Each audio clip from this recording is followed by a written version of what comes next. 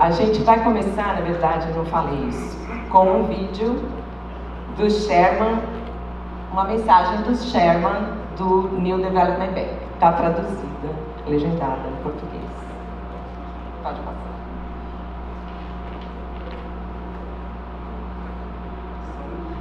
Good afternoon. My name is Duncan Peterson, and I am the chair of the New Development Bank's Board of Directors and Director for South Africa. Although I am sorry that I cannot be with you in person today, it is a great honor to be here virtually with the Brazilian Network of Monitoring and Evaluation for its 11th national seminar. Much appreciation goes to the network and all those involved in organizing such a wonderful conference. I am sure that it will be filled with insight, discussion, and high-level knowledge on monitoring and evaluation for the benefit of all of us working in the development field, which has, of course, a special relevance to us at the NDB.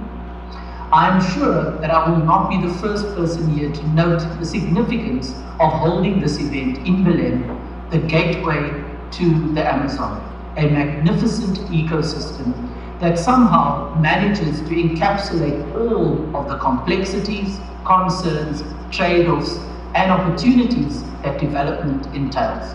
In 18 months, Belém will be in the global spotlight as Brazil hosts COP30 and holds it in this very city. At that conference, as at every COP, questions are sure to be asked of the development community about its impact, about whether it's doing enough to combat climate change, and about whether it's flexible enough to meet sustainable development challenges. Therefore, it is quite important to implement effective monitoring and evaluation systems as a cornerstone of our approach to projects and as part of answering these important questions. At the NDB, maximizing our development impact means that we, especially as a relatively young organization, must learn all the time. We must learn what works, what doesn't work, when to change, and when to hold. Always keeping in mind that no two projects are the same and no two contexts are the same. As we approach our 10th year of existence as a bank, we now have a growing body of evidence to draw upon to create better projects and strive towards better results and sustainability. This is where the independent evaluation function becomes extremely important to measure our development effectiveness and whether we are achieving our goals and targets. Internally at the bank, we conduct our own project completion reports, which is also a vital and necessary tool for self-assessment. However, as we all know, sometimes the best advice you can receive comes from the outside, seeing things that you don't. This is why the Board of Directors at the NDB supports the independent evaluation function, independent being the key word here, as it casts its critical eye over the bank's work. Management is also given an opportunity to respond to the evaluation findings. We believe that evaluation findings are critical to bring out good practices and recommendations for the betterment of future projects. We are very proud of our Brazilian operations at the bank. We have approved 30 operations since the bank was founded. To date, in more or less 2 years since its establishment, our independent evaluation office has completed 9 evaluations with another 6 ongoing, one of which might be of interest to the people in the state, on the Paris Sustainable Municipalities project, regarding primarily the construction of roads and pavements with new drainage systems in small cities across the state. This is a joint evaluation done in collaboration with the Latin American Development Bank, which the NDB considers an important partner and co-financier in Brazil. The findings and recommendations contained within them are already starting to be used in our project design and implementation, and they will be built on over the coming years too. With that, may I once again thank you for allowing me to address you at this event, and I wish you all the very best for the seminar. I thank you.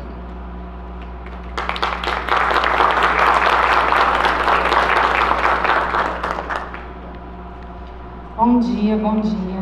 Então, dando continuidade, queria agradecer mais uma vez pela presença de todas e todos nesse painel de manhã hoje. O nosso tema é o Sistema Nacional de Avaliação como Estratégia de Integração de Saberes, a visão dos bancos de desenvolvimento internacionais. A gente começa, é importante lembrar, dos objetivos desse painel. O painel vai explorar o papel dos bancos de desenvolvimento na promoção e sustentação dos sistemas nacionais de avaliação, considerando as experiências passadas, as perspectivas futuras e o envolvimento dos níveis subnacionais e da sociedade civil. A gente achou também que era importante recuperar aqui um pouco do conceito dos sistemas nacionais de avaliação, para dar o pontapé inicial da nossa discussão. Os sistemas nacionais de avaliação podem ser compreendidos como um compêndio de instâncias, processos e ferramentas capazes de supervisionar, fomentar e executar a avaliação e revisão sistemática de políticas públicas, sejam elas gastos diretos ou subsídios tributários, de um país ou ente subnacional. Contudo, em um país continental, dotado de uma diversidade ímpar de culturas, com 3 níveis distintos de entes federativos, bicameralista, multipartidarista, dotado de um histórico colonial, a estruturação de um sistema nacional de avaliação capaz de coordenar distintos ministérios, entes federativos e poderes no processo de avaliação e revisão de políticas públicas não é matéria fácil. Considerando esse cenário e a necessidade urgente de avaliar e revisar políticas públicas brasileiras de modo a equilibrar saúde fiscal e justiça social, viemos aqui perguntar aos bancos de desenvolvimento como eles se enxergam nesse processo e como eles podem auxiliar a estruturação desse sistema nacional de avaliação. E a gente inicia hoje essa primeira rodada com um vídeo da Vanessa, que infelizmente não pôde estar aqui. Ela fala da atuação da Secretaria de Assuntos Internacionais e Desenvolvimento do Ministério de Planejamento e Orçamento. Então agora eu peço, por gentileza, pelo vídeo da Vanessa.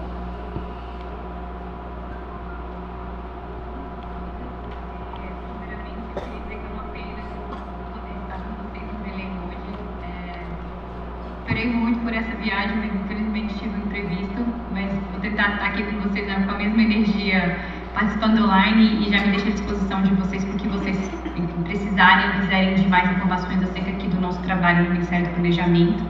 Então, primeiro queria agradecer o convite, né, para o Ministério do Planejamento participar, para falar então sobre o papel dos bancos multilaterais de desenvolvimento, né, nessa agenda de monitoramento e avaliação. Eu queria começar dizendo que essa agenda é uma agenda que para a gente é extremamente importante e é um foco de atuação nossa recente, tá?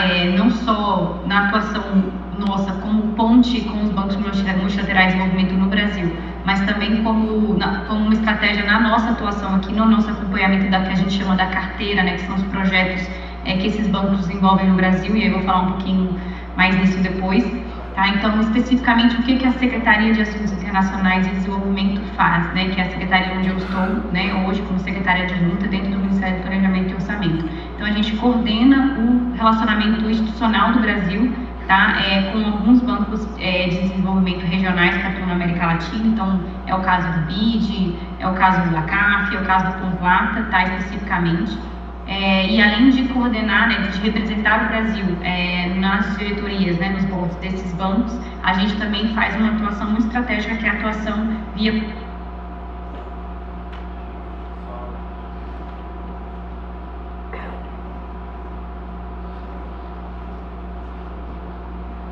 Pequeno problema técnico. Brasil com garantia da União, tá? Então, estejam esses projetos dos entes subnacionais, dos estados e municípios, ou os projetos da União, todos acabam passando por aqui, o que nos gera uma base de dados riquíssima, que é a base de dados da COFEX, que data de 1950, então a gente tem essa memória desde 1950 desde que o primeiro projeto de um banco multilateral foi aprovado no Brasil até o projeto mais recente que foi aprovado na última reunião da comissão que aconteceu em junho desse ano.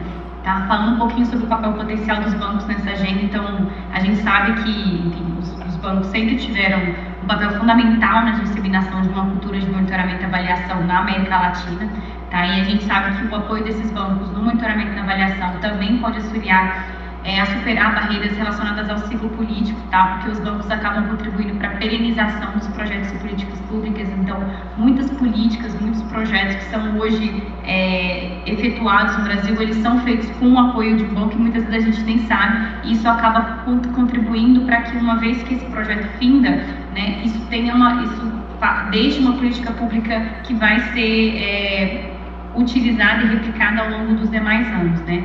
E a gente sabe que a maior parte desses projetos são projetos de longo prazo, tá? Então eles ultrapassam a duração de mandato político, seja no nível federal, estadual ou municipal, tá? E uma grande vantagem da atuação desses bancos é realmente o corpo técnico, né? Desses bancos que é fantástico, que fornece uma solidez para todas essas análises que são realizadas quando você tem um projeto sendo realizado no país, né? Então, saberes técnicos, né, vindo dessa experiência dos bancos é muito relevante.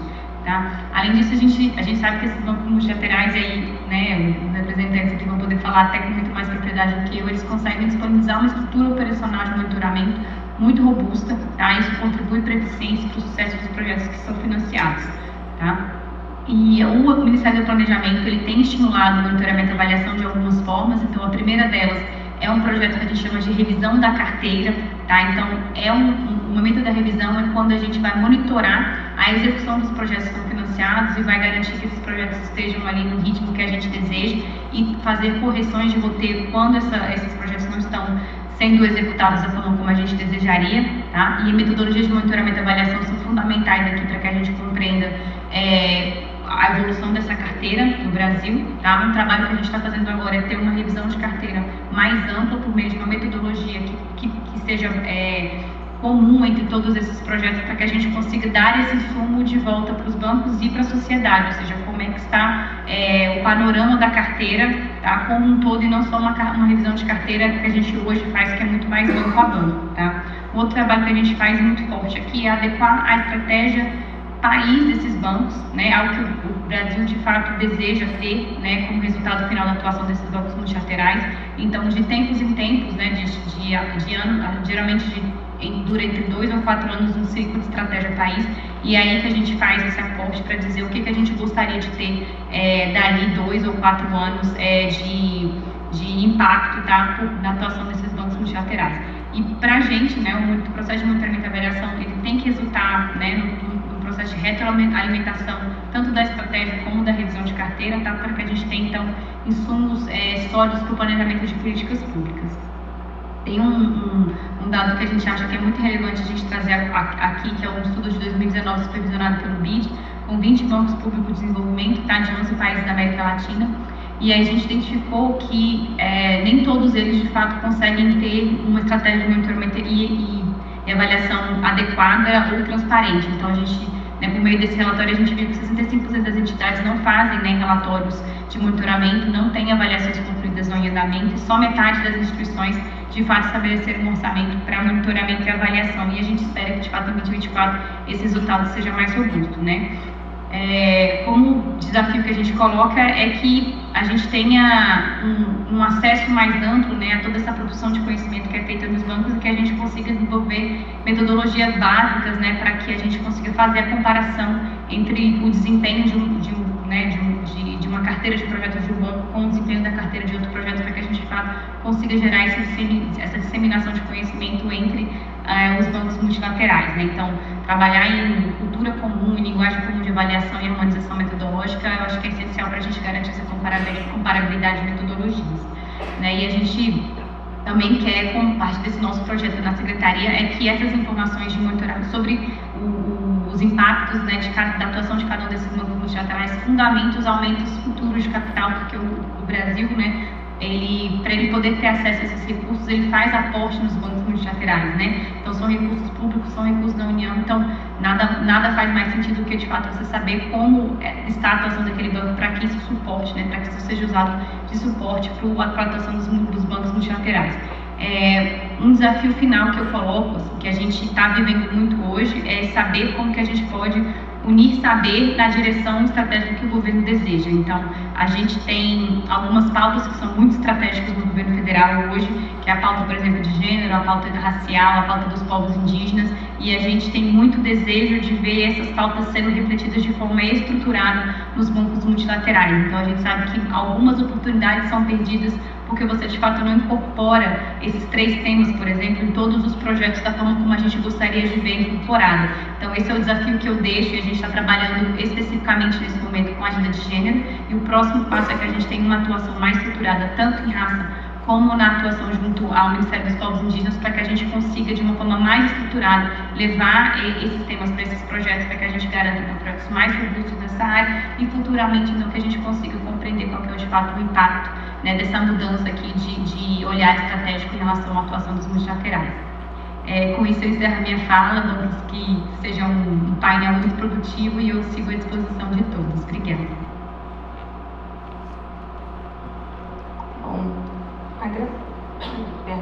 Agradecer a Vanessa indiretamente, e a gente passa agora a palavra para o restante dos nossos panelistas, e a gente pede agora que cada um fale um pouquinho sobre o que o seu banco representa, os projetos desenvolvidos e as atividades na área de avaliação, mas eu queria pedir também que cada um começasse se apresentando muito brevemente, por gentileza, e na ordem seria primeiro Henrique, depois eu passo a palavra para o André e depois para o Luiz, por favor. Henrique. Muito obrigado, Isabel. Bom dia. Antes de tudo, prazer estar aqui com a Isabel, com a Vanessa, virtualmente com o Daniel, com o André.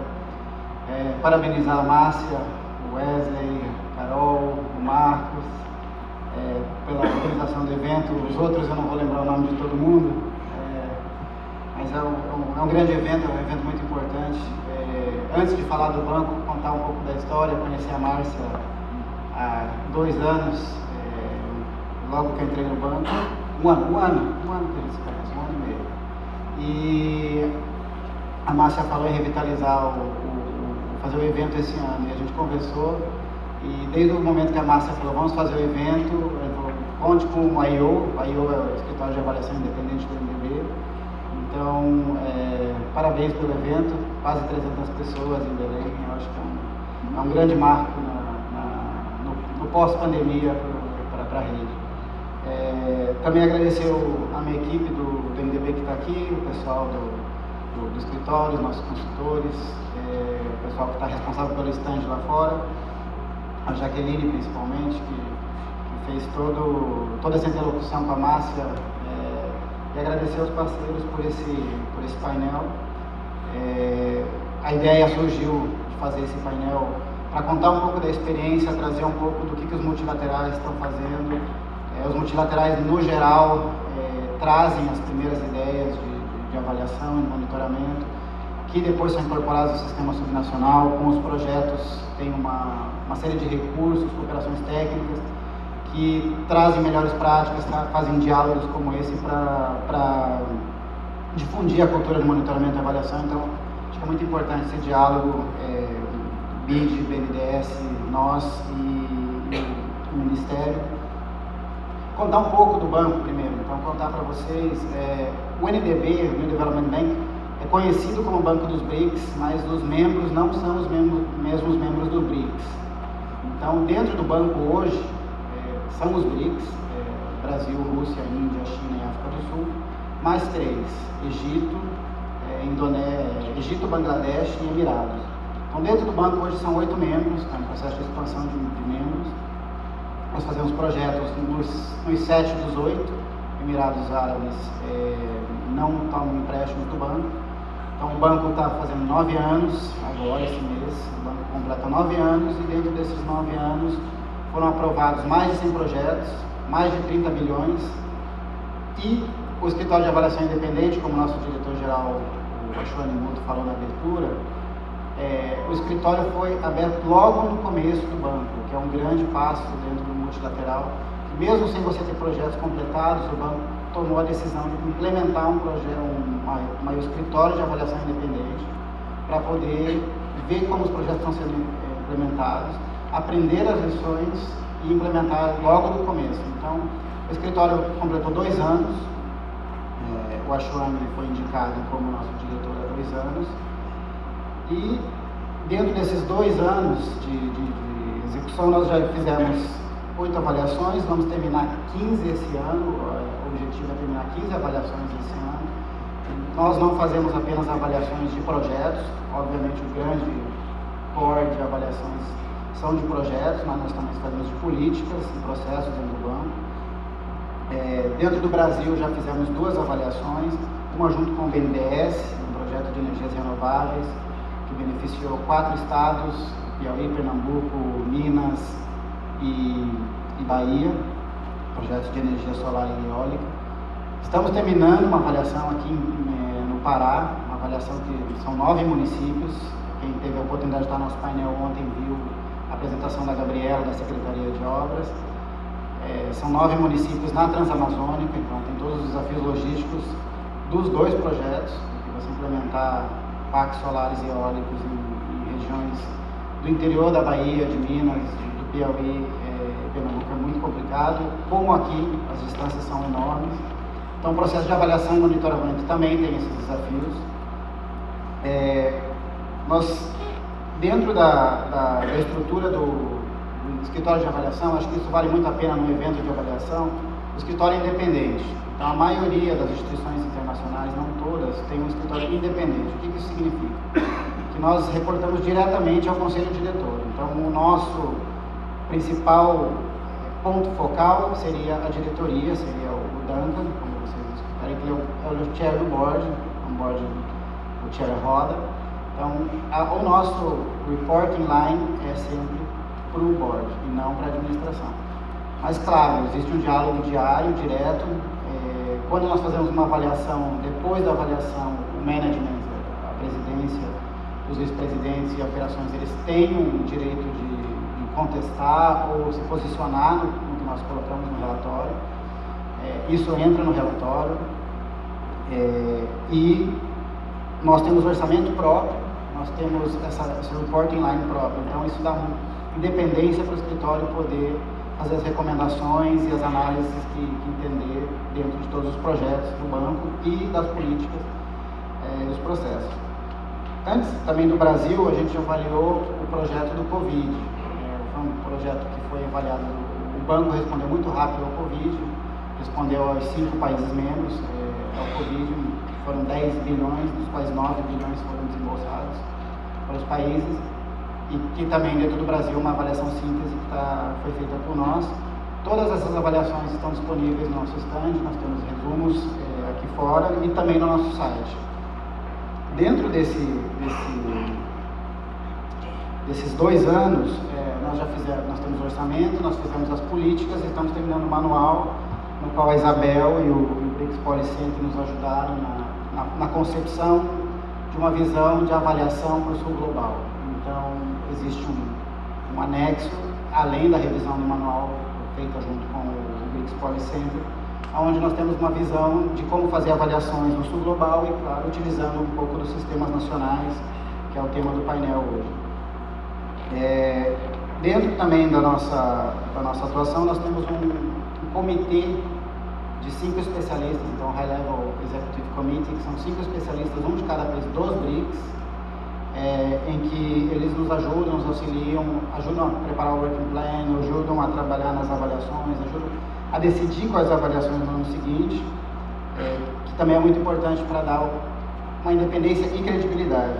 Isso tudo entra nos nossos 5 princípios, né, de credibilidade, independência, relevância, temporalidade e transparência.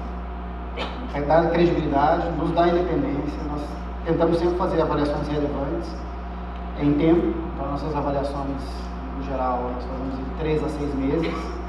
E a transparência é um grande foco das nossas avaliações. Nós temos dentro do site do banco uma área dedicada só para avaliação independente, onde todos os nossos documentos são publicados, nossas políticas, nosso orçamento, o staff que compõe a nossa área. O staff hoje são apenas 4 pessoas, 15 avaliações com 4 pessoas. Óbvio, nós dependemos bastante dos consultores que nos apoiam, então aqui os nossos 13 dos nossos consultores estão aqui hoje. Então, isso é para contar um pouco do que somos nós. Eu vou entrar rapidamente nos sistemas nacionais e depois eu deixo para a segunda rodada, mas já dando um spoiler da segunda rodada, o que é muito importante para nós são as parcerias. As parcerias é algo que é essencial dentro do processo de avaliação dos sistemas nacionais. Então, a rede é muito importante para nós trabalhamos muito com a SAMIA, que é a South African Monitoring Evaluation Association, nós trabalhamos com o Ministério de EMO da Índia, estamos fazendo parcerias na China com o Instituto de Accounting de Xangai, o National Accounting Institute. Então, trabalhamos com o BRICS Policy Center. Então, deixando já esse primeiro gancho para a segunda intervenção, também que já estou ocupando meus 10 minutos, essas parcerias são muito importantes. Eu acho que a parceria com esses entes subnacionais e com os bancos subnacionais, quando nós trabalhamos, e com os outros bancos, caso BNDES, BNDES, BNG, quando nós trabalhamos com esses bancos, também existe esse primeiro processo de integração e parceria. Então, as parcerias são algo muito importante para nós, assim também parceria com os outros bancos. Nós, dentro do escritório, estamos entrando no ECG, que é o Evaluation Committee Group, que é o comitê da OCDE para avaliação.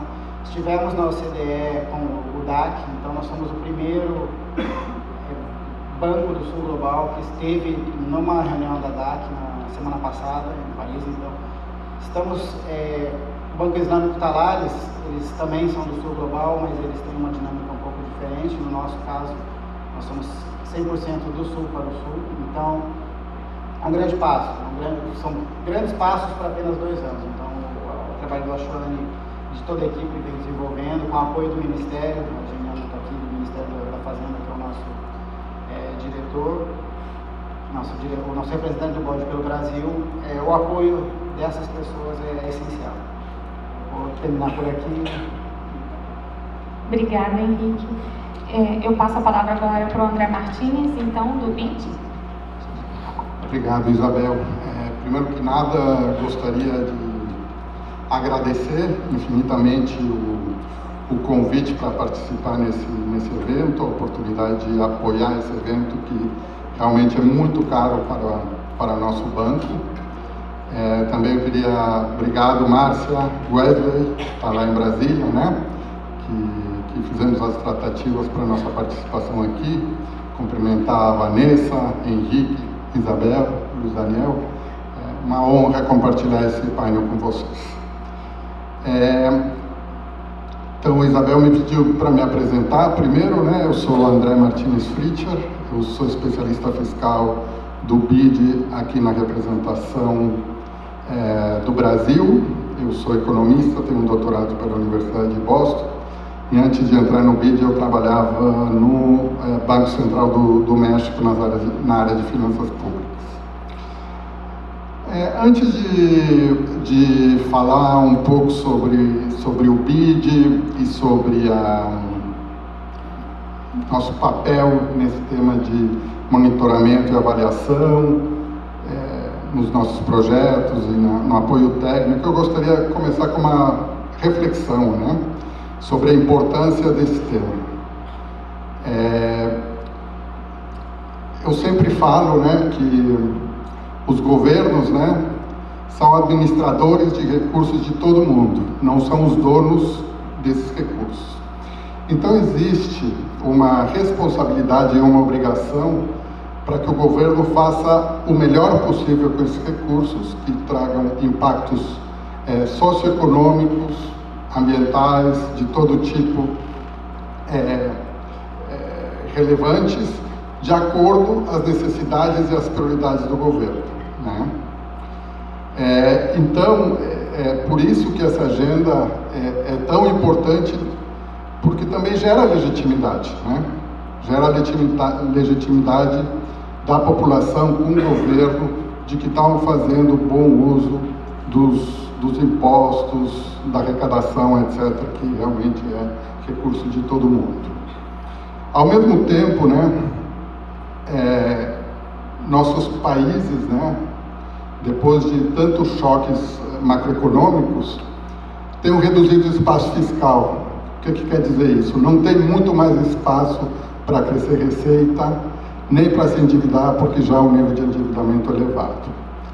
Então também surge essa necessidade fiscal e econômica de fazer mais com menos, né?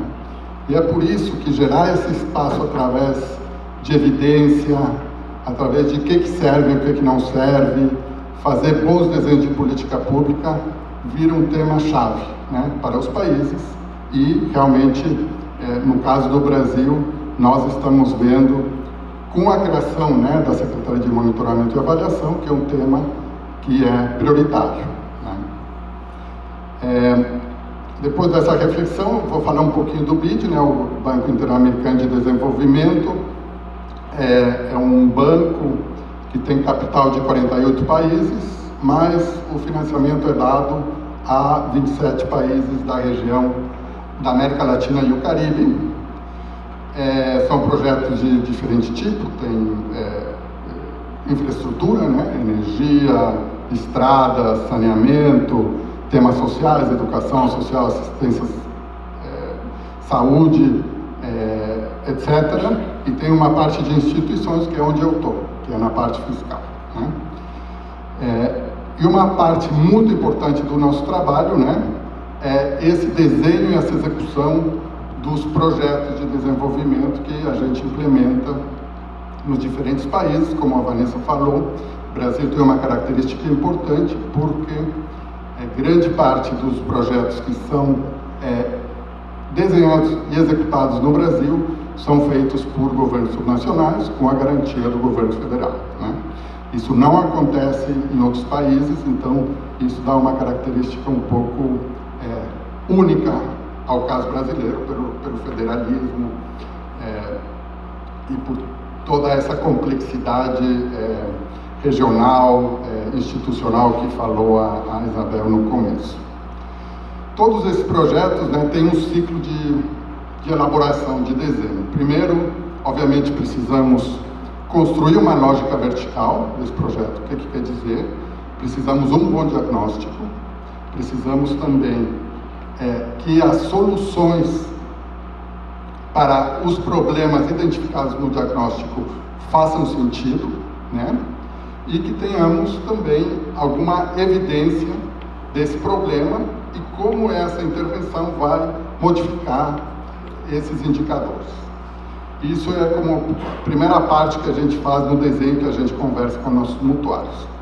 Depois, ao longo do processo de revisão e aprovação no BID, a gente precisa fazer um tipo de uma avaliação ex ante do projeto, onde se mostre que realmente tem um impacto socioeconômico relevante e que justifica realmente esse empréstimo, né, que realmente é um custo de oportunidade para o mutuário e que gere de maneira sustentável um benefício para esse Estado. E depois, né, ao longo do projeto, fazemos uma revisão, uma avaliação intermediária de como está sendo executado, com algumas evidências, e no final a gente precisa fazer uma avaliação de fechamento, né? E essa avaliação de fechamento é também avaliada por uma oficina independente, que estávamos falando, né, que é a OLV, né? E valida essa avaliação. Então, tudo isso faz parte do ciclo de execução dos projetos no BID. E tem também que falar que o tema de efetividade do BID tem virado um tema muito importante desde que o nosso novo presidente, Ilan Goldfein, tomou posse desse posto, e ele tem colocado como prioridade que todos os projetos tenham essa efetividade. Então, de fato, o BID está num processo de revisão de todos esses processos de monitoramento e de avaliação. Em particular, né, nesse sentido, na minha área, na área fiscal,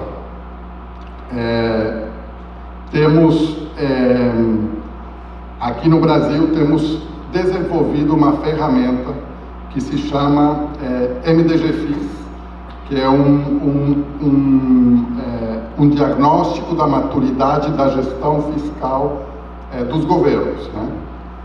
E esse é uma ferramenta que nos ajuda a diagnosticar as principais áreas de oportunidade da gestão fiscal dos nossos mutuários. E tem sido muito relevante porque também até ajuda para a avaliação dos projetos que a gente implementa, porque a gente faz um levantamento ex ante e ex post, e essa comparação nos ajuda a verificar que realmente estão se resolvendo alguns processos e fluxos de acordo com as melhores práticas identificadas em várias coisas. Nesse mesmo sentido, uma parte importante dos nossos projetos, nós temos uma linha de crédito que se chama Profisco, que é Projeto de Modernização da Gestão Fiscal dos Governos Subnacionais no Brasil. A gente já executou uma primeira geração, onde foram executados 23 projetos em 23 diferentes estados. Estamos finalizando a segunda linha de crédito em 19 estados, e estamos por abrir uma terceira linha de crédito do Profisco, agora também abrindo a possibilidade para que municípios grandes possam aceder a esse financiamento. E nesse projeto temos um componente que procura principalmente esse tema da gestão do gasto público, e tem uma parte muito importante que tem a ver com monitoramento e avaliação de políticas públicas. Nossa experiência, assim, é variada, né? Até pela heterogeneidade das capacidades institucionais e humanas que existem ao longo do nosso país, né? Mas é uma agenda que tem cobrado também muita importância nos estados. E, finalmente, para finalizar minha fala dessa primeira sessão, eu também queria dizer que nesse Profisco a gente fez uma avaliação que associa os profiscos da primeira geração com a arrecadação desses estados, e a gente encontrou que aqueles estados com Profisco tiveram quase 12% a mais de arrecadação que aqueles estados que não tiveram Profisco. Então isso nos dá muito conforto que o Profisco está dando resultados, e isso realmente mostra também esse resultado, esse sucesso do Profisco se vê também pela demanda renovada de todos os estados para uma nova geração e nova etapa desse programa. Eu deixaria por aqui a minha intervenção. Obrigada, André. Eu passo a palavra agora, então, para o Luiz Daniel, do BNDES. Bom dia a todos. Primeiro, agradecer a Márcia, ao Wesley, em nome do Ministério, ao NDB, ao Henrique, cumprimentar meus parceiros de mesa aqui, André, Henrique novamente, e a Isabel. Para me apresentar, eu sou o Daniel Melcox, eu sou economista, fiz doutorado na Unicamp, tive experiências prévias, enfim, na academia, como professor, no IBGE, e já estou há 20 anos no banco, no BNDES, onde passei já por uma série de áreas, lidei com uma série de setores, e desde janeiro de 2023 eu estou como chefe do departamento de análise e avaliação de políticas, que é o departamento responsável hoje no BNDES pelo pelo sistema de monitoramento e avaliação, né? Ele fica dentro da área de planejamento e pesquisa, na diretoria de planejamento, tá? Eu quis organizar minha fala inicial com os slides, pelo menos nesse primeiro bloco, um pouco para tentar, ao mesmo tempo, apresentar o que seria, o que é o sistema de monitoramento e avaliação do BNDES, enfim, o grau de maturidade que ele já tem, tá? Mas eu gostaria muito de conectar essa discussão com o momento que o BNDES vive, o que a gente chama, né, o que o presidente do BNDES chama, o presidente Mercadante chama, do novo BNDES e a agenda que a gente está envolvido desde o início do ano, né? A gente tem...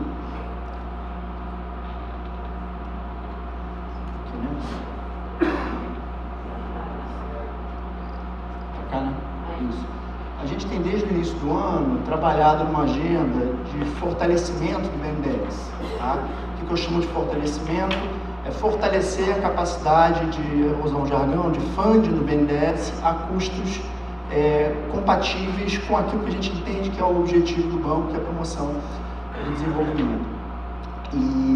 Então, assim, o que esse gráfico, a gente pega uma série histórica, um pouco usando aqui como métrica os desembolsos do banco como percentual do PIB, essa é uma métrica, eu poderia ter usado outros, os ativos do banco, enfim, que mostra como é que a gente vem caindo os desembolsos do banco como participação do PIB, com uma queda acentuada a partir de 16, e na realidade, assim, só para situar um pouquinho, quando a gente fala dos desembolsos do banco, eu estou falando aqui dos desembolsos para empresas privadas, entes subnacionais, setor de infraestrutura, indústria. Estou falando aqui das nossas operações de repasse, que são feitas através dos nossos agentes financeiros credenciados, que nos dá mais capilaridade para atingir, né, as empresas dos mais diversos portos, as mais diversas regiões do país. Mas o fato é que a gente, obviamente que a gente teve um período de pico durante a crise de 2008, natural, a gente teve os aportes do Tesouro, mas desde então a gente vem caindo a nossa participação do PIB, chegando ao vale ali em 2021, e um pouco do objetivo do BNDES é retomar a sua capacidade de fomentar o desenvolvimento, que vai se refletir aqui num primeiro momento, uma estabilização dos nossos desembolsos em proporção do PIB e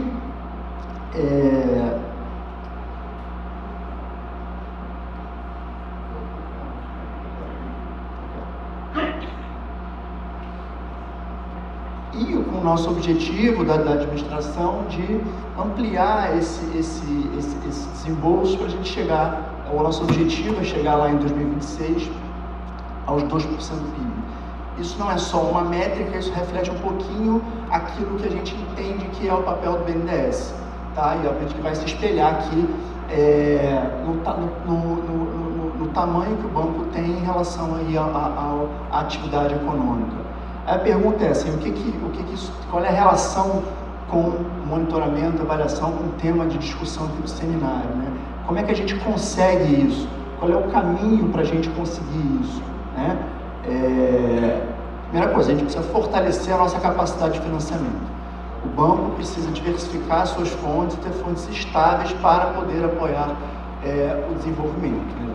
Para poder apoiar os desenvolvimentos alinhados às prioridades estratégicas do país e do próprio banco. Para fazer um resumo do que são essas prioridades, que a gente não teria tempo aqui de detalhar, usando aqui a frase do presidente Mercadante, é um banco verde, inclusivo e digital. Isso o Mercadante vem repetindo desde que assumiu o banco. Acho que é uma frase resumo que um pouco ilustra o que seriam essas prioridades do banco. Tá?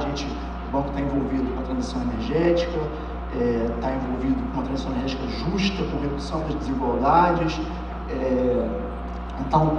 Mas para isso a gente precisa de novas fontes de recursos. De que eu estou falando aqui, né? Eu estou falando, por exemplo, da ampliação do Fundo Clima, que é um fundo que o banco é o gestor e que esse ano a gente conseguiu negociar junto ao Ministério da Fazenda um aporte de 10 bilhões de reais, oriundo das emissões que o Tesouro fez, nas emissões de títulos sustentáveis, e que permitiu que a gente mudasse a escala e o patamar desse fundo. O Fundo Clima, que historicamente sempre foi um fundo muito mais modesto. Eu estou falando da possibilidade de criação de uma letra de crédito de desenvolvimento, que deve estar em votação no Senado hoje, que é o projeto de lei 6235, que vai dotar o banco de um instrumento de mercado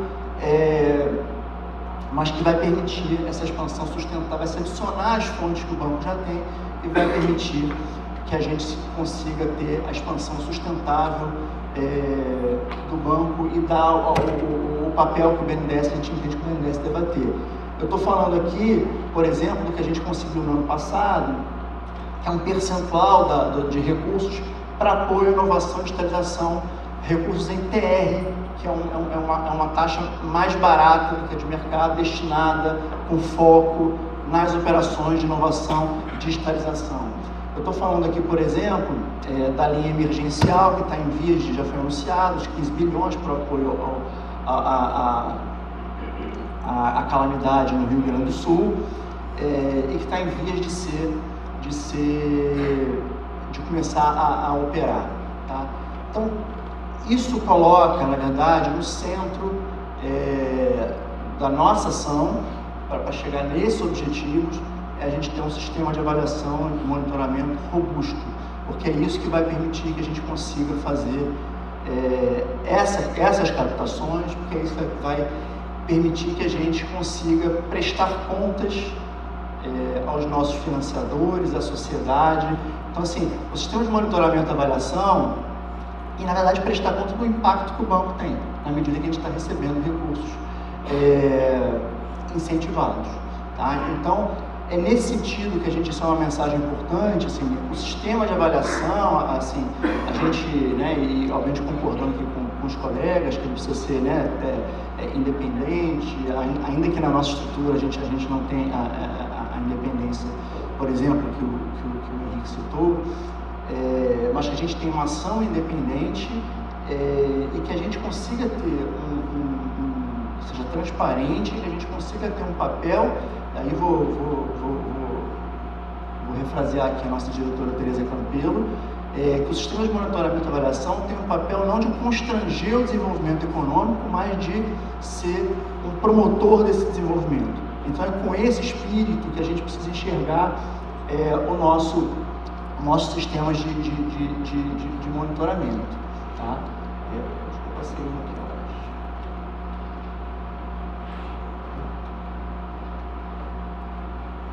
Então, assim, então só para relembrar aqui, né, a gente faz monitoramento porque a gente está captando recursos incentivados, a gente precisa prestar conta, a gente faz monitoramento, como já disseram os colegas, porque a gente precisa enxergar os resultados do nosso apoio, a gente precisa fazer monitoramento porque a gente precisa melhorar a nossa atuação, os nossos produtos, a gente precisa fazer monitoramento porque a gente precisa dar transparência para os nossos financiadores e para a sociedade, e a gente precisa fazer o monitoramento, obviamente, porque é essencial como banco que nós somos.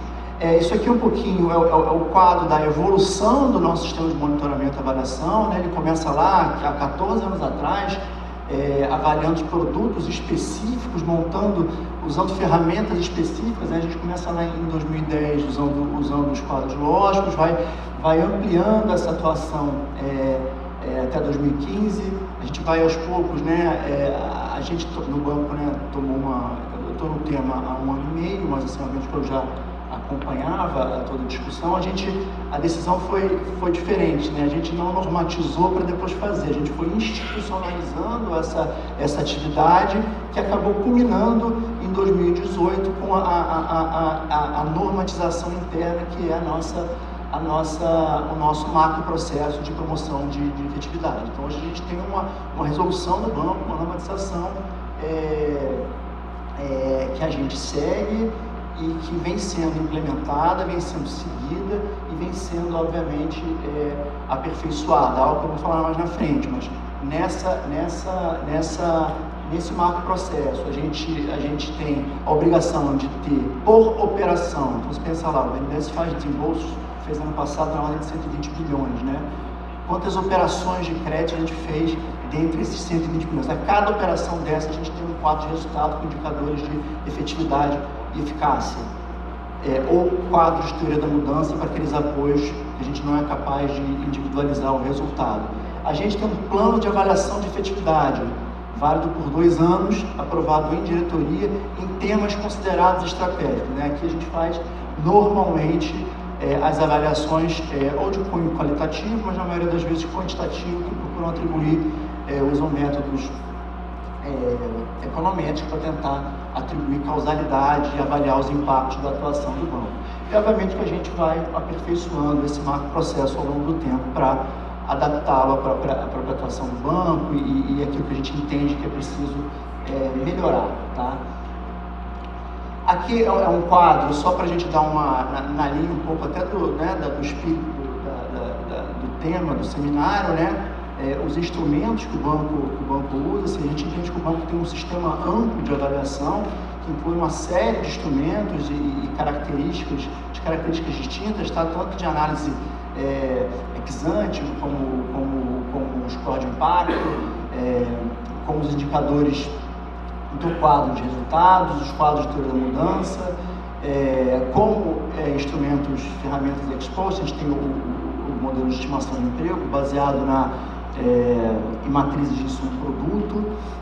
Os nossos quadros de resultado, a gente define por operação os indicadores de efetividade e de eficácia, e esses indicadores vão sendo acompanhados e registrados ao longo da vida da operação, e ao final a gente consegue ter os relatórios, né, os relatórios de autoavaliação. A gente consegue ter o que foi realizado versus o que foi definido ex ante. E a gente faz também, como eu mencionei antes, as análises contrafactuais. Assim, aqui é importante só destacar a multiplicidade de instrumentos e ferramentas que o banco usa. Assim, eu não coloquei aqui, mas a gente também já fez na nossa história, faz avaliações qualitativas quando necessário, quando a gente entende que o objeto é mais adequado para esse tipo de avaliação. Mas assim, o banco de fato tem um sistema amplo de avaliação. Tá? Então, assim, esses aqui são os 3 pilares, para resumir um pouquinho do nosso macroprocesso. Pode passar para a próxima rodada. Estou concluindo. A gente tem o nosso sistema de monitoração, de monitoramento, a gente faz as nossas avaliações.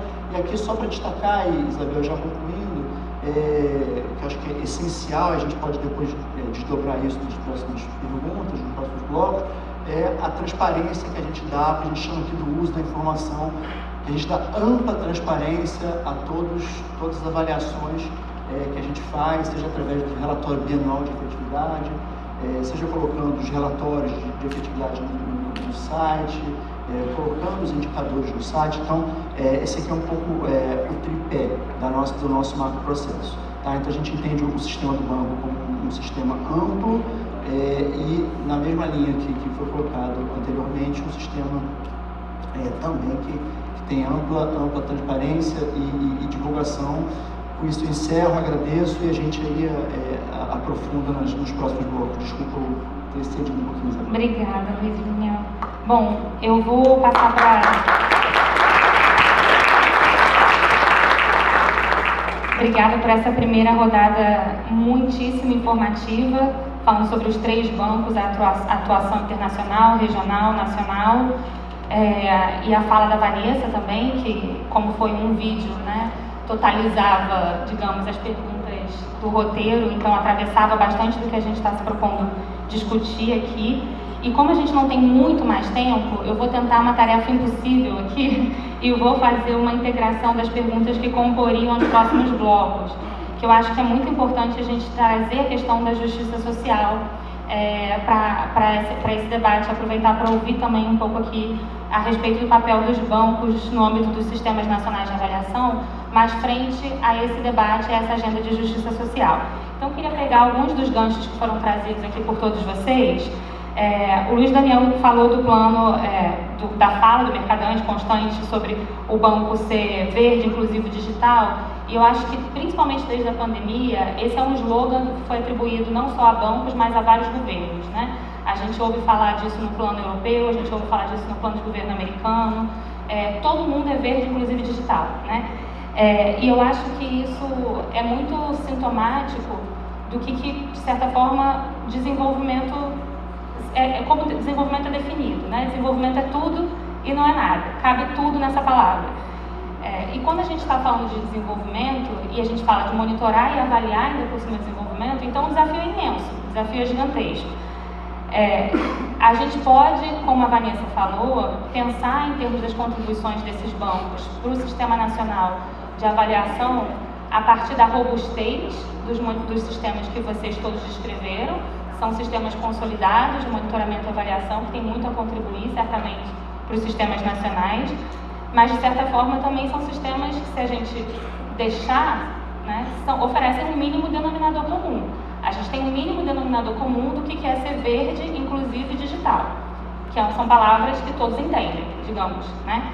Mas o que significa ser verde, inclusive digital para o Brasil? O que significa ser verde, inclusive digital para a Índia? O que significa ser verde, inclusive digital para a China? E o que significa ser verde, inclusive digital num território no Pará ou na Amazônia, né? No município, no estado? E a gente tem, como o Wesley colocou na fala dele de abertura, como a gente viu aqui na descrição do Sistema Nacional, na definição do desafio, no caso do Brasil, a gente tem diferentes ministérios, a gente tem diferentes entes federativos. Então, o desafio aqui no Brasil para a implementação de um Sistema Nacional de Monitoramento e Avaliação robusto, que caminhe no sentido da justiça social, e com a contribuição dos bancos, se coloca também nesse sentido da adaptabilidade, da flexibilidade, né? Não é um desafio pequeno. Então, a pergunta é: como seria possível garantir a maior participação e permeabilidade de outros saberes e perspectivas na definição e avaliação da carteira dos projetos, principalmente tendo em vista a participação de entes locais como mutuário dos bancos? E aí eu queria repetir a nossa ordem, passando por aí. Muito obrigado, Isabel. Obrigado. 3 minutos. Tá bom. Eu vou responder fazendo gancho com a intervenção do André e do Luiz, que eles fazem as divisões das três etapas, né? Avaliação ex ante, intermediária e ex post. No nosso caso, nossa avaliação é sempre a ex post ou a intermediária real time, que é o que tem que se falar.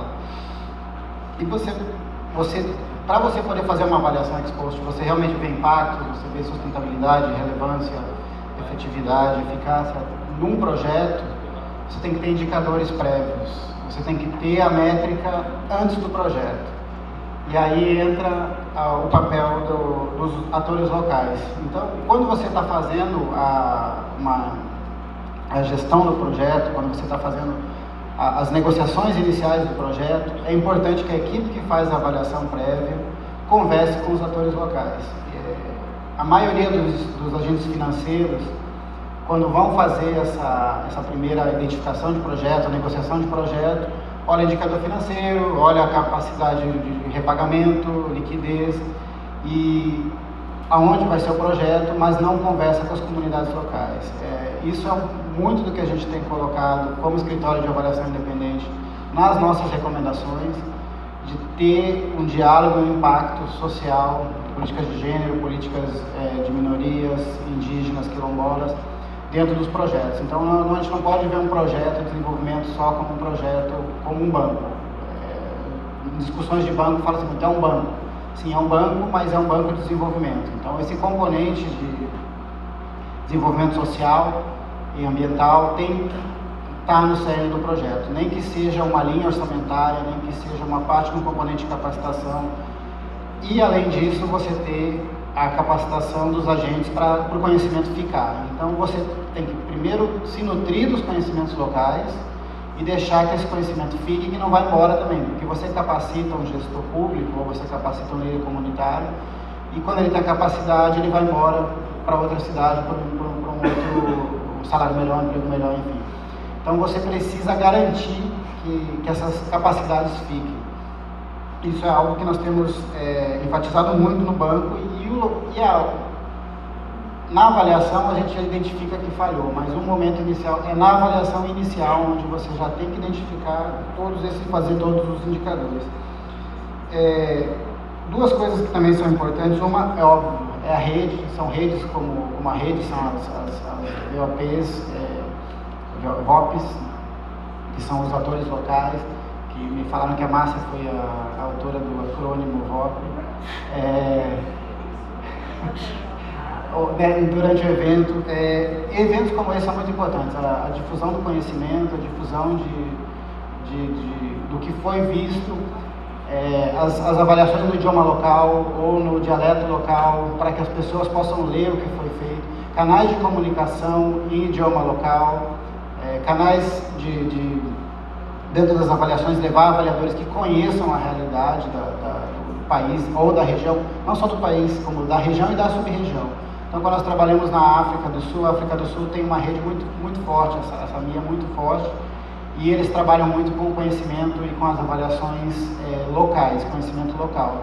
Isso é algo que eu entendo que a rede tem um potencial enorme para ajudar dentro do Brasil a você ter uma rede de avaliadores locais, pessoas com conhecimentos locais e que possam entender a realidade. Também nas nossas avaliações nós sempre temos avaliadores e consultores locais. Essa é uma discussão, se você vai para a DAC principalmente, o Norte sempre quer ter um avaliador do Norte pela independência, pelo conflito de interesses, e nós, na nossa visão, é que não.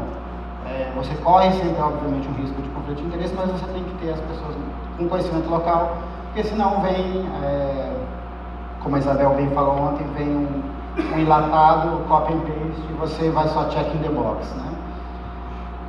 E o último, e dentro de tudo isso, nós trabalhamos junto com o Ministério da Fazenda, está liderando o G20 agora, eles estão fazendo a reforma dos bancos multilaterais, é uma discussão ampla. Nós tivemos o prazer de participar em uma reunião, o banco participa, nós como escritório tivemos o prazer de participar em uma, e vão sair algumas recomendações dentro da avaliação de impacto, e que se sair como está circulando, dentro das recomendações, sim, estará que os conhecimentos locais têm que ser observados antes e os conhecimentos locais têm que ser preservados depois com as capacidades locais. Então esse é um grande passo que dentro do G20, com a presidência do Brasil no G20, fomentou muito isso, e a gente espera que continue crescendo, porque esse é o caminho. Tem que fortalecer, tem que ter recurso, tem que ter linha orçamentária e tem que garantir que o conhecimento fique no local.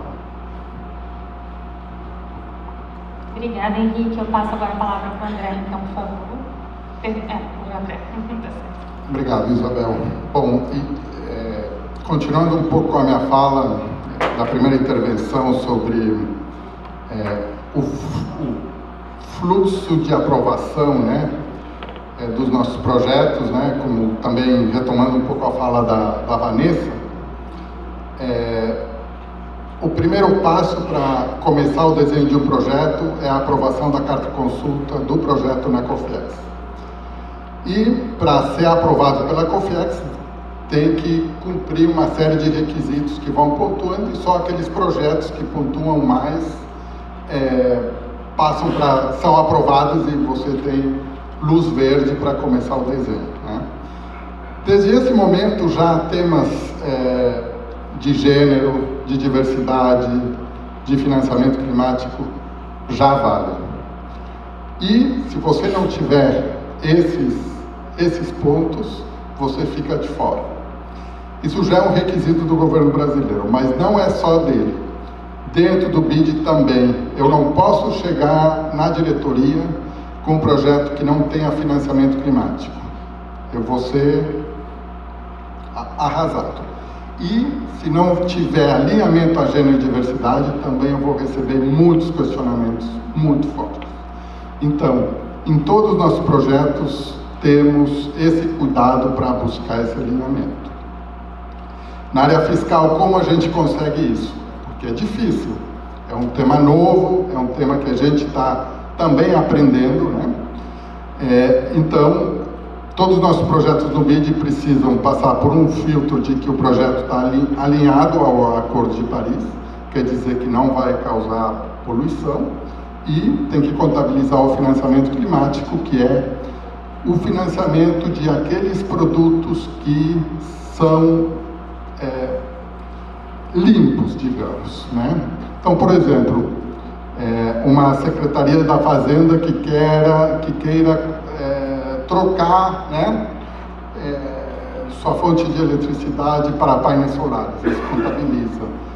comprar automóveis híbridos ou elétricos, comprar equipamento que seja verde, né? Equipamentos, sistemas, computadores, etc., né? E também questões de capacidades, né? Uma consultoria sobre como implementar marcadores orçamentários climáticos, ou avaliação de políticas públicas, um sistema de avaliação de políticas públicas que tenha como pilar de avaliação questões climáticas e de gênero, né? Esse tipo de coisas são as que pontuam. Outro ponto que eu queria falar é que nosso trabalho como BID não se limita somente a financiamento de projetos. Nós também somos muito ativos, né, no Brasil, com os 3 níveis de governo, com apoio, assessoria técnica aos nossos governos. E nesse tema de monitoramento e avaliação, a gente tem trabalhado já faz vários anos com a área envolvida no monitoramento e avaliação do governo federal, né, fazendo avaliações pontuais que são que fazem parte, né, do ciclo de avaliações de políticas. A gente já apoiou a elaboração de 7, 8 avaliações de políticas concretas. A gente também tem feito alguns eventos, seminários que tragam experiências de outros países, com especialistas no tema, que tragam novas visões. A gente trouxe, por exemplo, o pessoal do Reino Unido, que implementou o Spending Review lá, né, para conversar com o pessoal da SMA. A gente também trabalhou junto a um consultor chileno, né, um tema de como as avaliações de política pública podem ter decisões orçamentárias, né? Que, como vocês sabem bem, uma coisa que é fundamental, condição necessária para tudo, é ter um conjunto de evidência, né, sólido, robusto, da efetividade e do impacto das políticas públicas. Isso é avaliação, né? Mas, para que realmente tenha um impacto nas políticas públicas, tem que ter uma retroalimentação com desenho das políticas públicas e com decisões orçamentárias. E para isso você precisa de um sistema de governança sólido, robusto, que vincule essas avaliações, os resultados dessas avaliações nessas decisões. Qual o processo, como se toma essa decisão, quem toma essa decisão, quais são os passos. Então, tudo isso a gente já tem trabalhado muito com a SMA, né? Também intercâmbio com outros países, com o governo de outros países que já passaram por esse caminho, que trazem ideias, que trazem também os desafios que foram enfrentados, que muitas vezes são comuns e outras vezes não são comuns, mas sempre é bom conhecer para não errar de novo, né? E para, obviamente, adaptar o modelo às características do Brasil, né? E também temos um trabalho também que a gente, no BID, de tentar gerar conhecimento, né? Eu já falei daquele estudo que a gente fez da avaliação do impacto do Profisco. A gente tem várias coisas que a gente está publicando frequentemente, que tem a ver com políticas públicas, com avaliação. Faz uns anos também a gente publicou um livro que se chama Melhor Gasto para Melhores Vidas, né? Que traz muita informação sobre problemas de ineficiência técnica e alocativa na nossa região, instrumentos para melhorar isso. Então, isso também é uma parte muito importante. Aí, nesse estudo, a gente identifica que, por exemplo, no Brasil,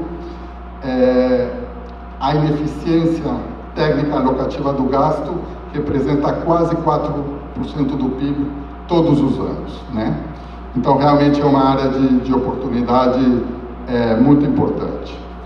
E, finalmente, eu acho que esse tema dos entes locais, eu acho que, como bem falou o Henrique, acho que é importante fortalecer redes, né? Redes de conhecimento. Nós, na área fiscal, temos várias redes que são de vários estados. Temos uma especial dos executores do Profisco, onde se compartilham experiências, onde se compartilham desafios, onde se apontam riscos que outro estado não está vendo. Isso realmente faz o processo de execução dos projetos de uma maneira muito mais eficaz, né? E eu acho também outro tema que é importante, que já foi aqui mencionado pelo Luiz, né? É o tema da transparência. A transparência, eu acho que dá legitimidade ao trabalho que está sendo pelo governo e dá credibilidade também, né? Então eu acho que trabalhar nisso, provavelmente eu acho que tem muitos trabalhos que não são identificados, né? Eu acho que um esforço também para sistematizar toda essa evidência que existe, né? No mundo acadêmico, nos nossos próprios bancos, nos estados. Tem alguns que são mais anecdóticos, outros mais formais, outros mais robustos metodologicamente, mas eu acho que fazer um trabalho de meta-análise também pode favorecer um pouco esse esforço. Então eu deixaria por aqui a minha fala. Obrigado. Obrigada, André. Luiz Daniel. Bom, deixa eu tentar pegar esse último ponto da interação com os entes locais e como é que isso seria relevante para o banco na definição dos impactos, dos indicadores, né? Assim, o primeiro ponto acho que é importante, né? Só para voltar um pouquinho na minha fala, do BNDES, tá? A gente primeiro precisa ter os instrumentos necessários para ser capaz de gerar impactos relevantes, tá? Então essa é a primeira etapa da nossa construção, pelo menos a partir do ano passado, né? Aí a segunda coisa, a gente precisa identificar quais são esses impactos, né? Aí os impactos climáticos, impactos sociais, né? Aí eu pego o exemplo, por exemplo, da discussão do Fundo Clima, né? O Fundo Clima é um fundo, a gente é uma parte pequena do fundo das fontes de recursos do BNDES, mas ele está submetido a um comitê gestor que, né, é integrado por representante do governo, por representante da sociedade civil, entidades empresariais, e ali é um fórum relevante de discussões exatamente de como é que o recurso vai chegar, qual vai ser o impacto. E assim, eu não tenho uma resposta pronta, mas assim, a discussão dos impactos sociais sempre são os mais difíceis. O impacto climático, a gente vai lá, os projetos de mitigação, a gente consegue definir lá uma emissão evitada, a gente poder criar indicadores, eventualmente projetos de adaptação, a gente consegue olhar lá, sei lá, sequestro de carbono, enfim, a gente consegue, os impactos sociais, a gente obviamente, como governo, tá? Não estou falando só do banco, não, a gente tem maior dificuldade. Eu acho então que é algo sob discussão. A gente no banco, o que eu posso dizer, acho que por sorte a gente tem uma diretora, a Tereza, que ela insiste, bate esse ponto, ela é diretora da área, associada à área de meio ambiente, então a gente tem sido muito provocado, tá? Aí uma vez identificado o que são os impactos, como é que a gente traduz isso em indicadores? Eu acho que isso é um trabalho para o banco, né? Não é trivial, só para a gente entender um pouco a estrutura, né? A gente na área de planejamento, como gestor do processo, a gente não é o responsável, a gente é responsável por elaborar o processo, por gerir o processo, por dar apoio, mas quem elabora os indicadores, quem vai lá medir, são as divisões operacionais, né? A gente lá no banco tem uma divisão setorial, a gente tem um departamento para lidar com cada setor. E são as equipes operacionais, ou quem está na ponta, que traz para a gente as propostas de indicadores mais adequados àqueles tipos de operações. Então, assim, qual é o desafio? Primeiro, levar para as equipes operacionais, trazer a importância dessa discussão. Porque acaba que o gerente operacional, elas estão preocupadas em concluir a operação, né? E cabe a nós transmitir, vamos falar aqui, né, a cultura, né, da avaliação e trazer esse tema como importante na hora que o cara está fechando a operação. Ele vai ter lá a sensibilidade, ele vai ter o contato com, digamos, o banco a gente apoia essencialmente empresas, né, mas vai ter o contato lá na ponta e vai ter a sensibilidade, as informações, poder municiar a gente de informações, a gente poder apoiar na construção de indicadores adequados que capturem esses impactos. Tá? Esse é um desafio da instituição, imagino que isso não seja exclusivo do banco, né? Mas que é um desafio contínuo, né? A gente transmitir, digamos assim, vou repetir, tá? A cultura do monitoramento e avaliação, espalhar para todo o banco, né? A gente é uma unidade de... né? Tem 2 gerentes, eu estou vendo o Sandro aqui, que é um deles, com 8 pessoas, que tem que lidar com o restante do banco, transmitir essa cultura. E aí sim é importante as parcerias, é importante o contato com a própria academia, por exemplo, algo que eu não falei, mas parte das nossas avaliações são feitas, né? não a avaliação ex ante dos indicadores, mas as avaliações de impacto, grande parte delas são feitas em parcerias com centros de pesquisa, universidade, com a FRJ, USP, IPEA, enfim, então a gente está sempre aberto a firmar essas parcerias, esses acordos, exatamente para realizar determinadas avaliações de interesse nosso, dentro daquilo que está aprovado em diretoria, mas também de interesse da comunidade. Então, assim, é um desafio, eu não tenho uma resposta pronta, acho que é em construção, né? Mas é um desafio contínuo nosso, transmitir a cultura e a importância dos indicadores. Eu brinco, né? Todo mundo gosta muito de quem está na ponta, no discurso, assim, não, nós temos transparência, nós temos indicadores de efetividade. Mas tem que medir, tem que elaborar, tem que registrar a informação, a gente precisa ter a visão agregada para exatamente poder mostrar os impactos. Então, acho que esse é o nosso, Isabel, esse é o nosso trabalho cotidiano, é o esforço que a gente precisa fazer para transmitir essa cultura. E aí, acho que o esforço maior de estar próximo, tentar entender, identificar os impactos, especialmente sociais, e tentar transformar isso em indicadores. Muito obrigada, Luiz Daniel. Agora, infelizmente, vamos ter que encerrar, porque já ultrapassamos um pouquinho o tempo, mas eu queria agradecer mais uma vez a todas as pessoas presentes e principalmente aos membros do nosso painel pelas falas muito informativas, pelas ideias que eu tenho certeza que inspiraram muitos dos debates que ainda vão acontecer e os nossos trabalhos. Obrigada, Henrique, André, Luiz Daniel. Obrigada, Márcia, pela organização, Carol e todo mundo.